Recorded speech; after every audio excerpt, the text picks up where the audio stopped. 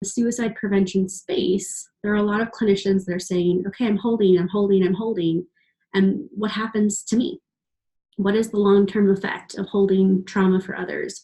Do we have to offset it some other way? Is it about self-care? So these are some things that are on my mind because unfortunately we've had some of our colleagues really suffer to the point where they've died by suicide. And so it's something I want to talk about today. So with that in mind, not to start us off heavy, but I want us to talk about the concepts of self-care, the rest, but also more importantly, what it really looks like to have a compassion fatigue situation and a burnout situation. So I just did a training on this for some colleagues not too long ago because burnout itself is something that the therapeutic community is very aware of. And doing the work that we do, there's a likelihood that we will feel burnt out somewhere in our career. So how do we define this? What is burnout? Well, for a lot of people, we start to define it through the symptoms. What does this look like for a person? And so maybe it's a list of symptoms, including things like irritability, having a short fuse when you come home from work. For some of us, it was, I don't have any energy when I come home from work. From my loved ones for socializing. Maybe I'm ghosting my friends. Maybe I'm not responding to text messages or phone calls. Maybe I feel this dread come up when I see a phone call coming in because I just don't have the energy to be social. For others, it comes out more somatically. Maybe it's something like their stomach is upset a lot, they're feeling aches and pains, they're getting a lot of tension headaches, maybe their hair is falling out, they're breaking out in eczema or other skin-related conditions that indicate stress. Maybe they're having a flare-up of their autoimmune system, where all of a sudden they're getting sick easier, or even water retention in their hands and feet, things like that. And when you start to put this list together, you can see there's quite a few components that we need to keep in mind. It's not just a one-and-done thing to say, yep, you've got burnout. Sometimes it's that whole list and saying, how many of these things do I check off that list? How many things are going on for me? And so it can be physical, it can be emotional, it can be spiritual, and it also can be intellectual, of how we function day to day. So these are kind of the four domains I want us to think about when we're thinking about burnout. So when I do workshops around burnout, something I really help people think about is a personal wellness plan, which is actually coming from SAMHSA, the Wellness Recovery Action Plan. And it breaks down those four sections of physical, emotional, spiritual, and intellectual to say, what's it look like when I'm well? And what's it look like when I'm not doing so well? And a lot of times these are opposites for each other. So physically, maybe they say when they're well that they have energy. They're animated. Their facial expression is animated. They feel jovial in their skin. They just feel like they can show up. In contrast, someone who's experiencing burnout might say that they have a lack of energy. Maybe it's flat affect, not a lot of stuff happening in their face. Maybe they're monotone. Maybe they just look flat all the way around when it comes to their mannerisms, the way they talk, the way they walk, things like that. On the emotional side, is it that they feel like any kind of engagement with a person is stressful?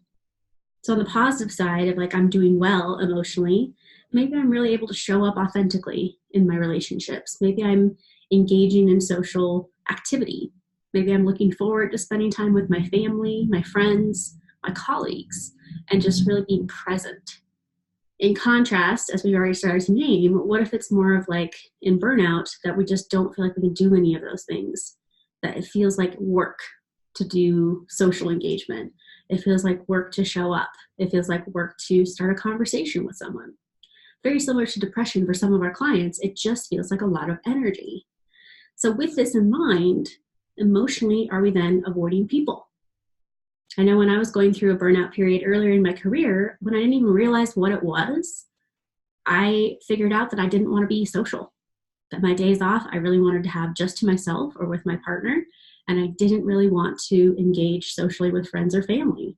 That was where I was at. It felt like work. It felt like an extension of the work I was doing day in, day out in community mental health with my clients. And I didn't have that awareness then of what that was really all about. I just thought it meant I was tired. And I was hoping that one of these days it would get better.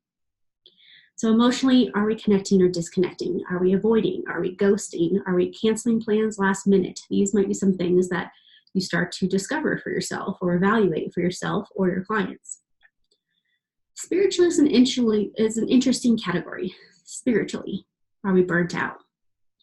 How does this look? How can it be defined? Well, we can look at this from two lenses, one of which is the religious lens, but spirituality can cover not just religion, but that connection to the world for some people, how they like to show up in the world, how they like to connect. And so maybe spiritually is about mindfulness, big term in our community.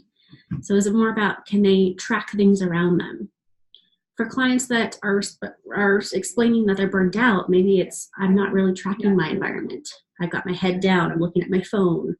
I am only able to see what's directly in front of me.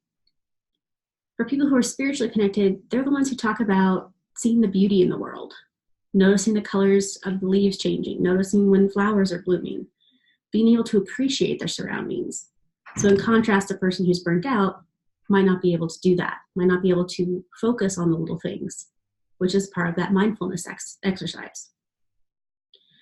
Intellectually is the last category I want you to think about for burnout. How does a person show up when they're healthy versus not so healthy? So is the person saying that when I'm feeling well, I can track things, I can focus, I can complete my work in a way that is efficient, that is time management, that is have high quality, versus a person saying I have no focus at all and projects just feel like work and I can't complete them in a timely manner. It's taking me twice as long. Maybe I'm avoiding projects, I'm procrastinating more. So intellectually, it's a lot about focus. Can we get things done? Do things feel like they're more challenging now than they ever were before? So these are kind of the four categories of burnout that people start to think about. Each person is unique in what they have going on if they're evaluating themselves or someone else for burnout. A personal favorite from one of the trainings I attended to really understand that I had burnout at one point in my career is this idea that road rage increases. I can't help but smile about that because it was just so unexpected. And yet as soon as the facilitator said, this might be one of your symptoms of burnout is increased road rage, more than half the room was like, yep, that's us.